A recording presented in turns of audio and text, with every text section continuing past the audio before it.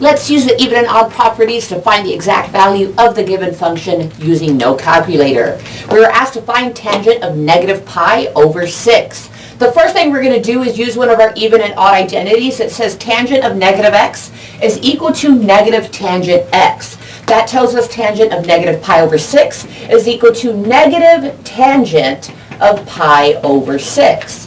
So we'll drop down that negative and we'll find what tangent pi over 6 is. Now, first what we need to do is we do need to go to our unit circle for pi over 6. So you either do need to have a unit circle available to you or you need to know how to create this unit circle. Again, this video is not going to focus on how do you create this unit circle. We're going with the understanding that you have one available to you or you know how to create this.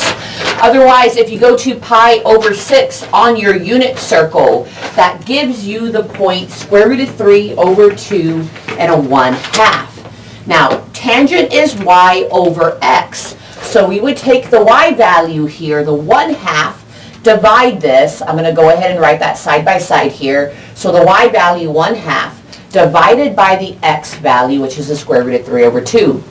Use your division rule to simplify this. Drop down the first, change division to multiplication, and flip the second fraction. Simplify this out. We're going to cancel the 2's together there, giving us 1 over the square root of 3. To wrap this up, all we have to do is rationalize the denominator, multiply by square root of 3 over square root of 3, which gives us a square root of 3 up top and a 3 down bottom. So actually, I'm sorry, I did not mean to box that. We get a square root of 3 up top and a 3 down bottom. Keep in mind, back over here, so we were finding tangent of negative 6. Again, this negative here drops down. Tangent of pi over 6 is a square root of 3 over 3. So tangent negative pi over 6 is a negative square root of 3 over 3.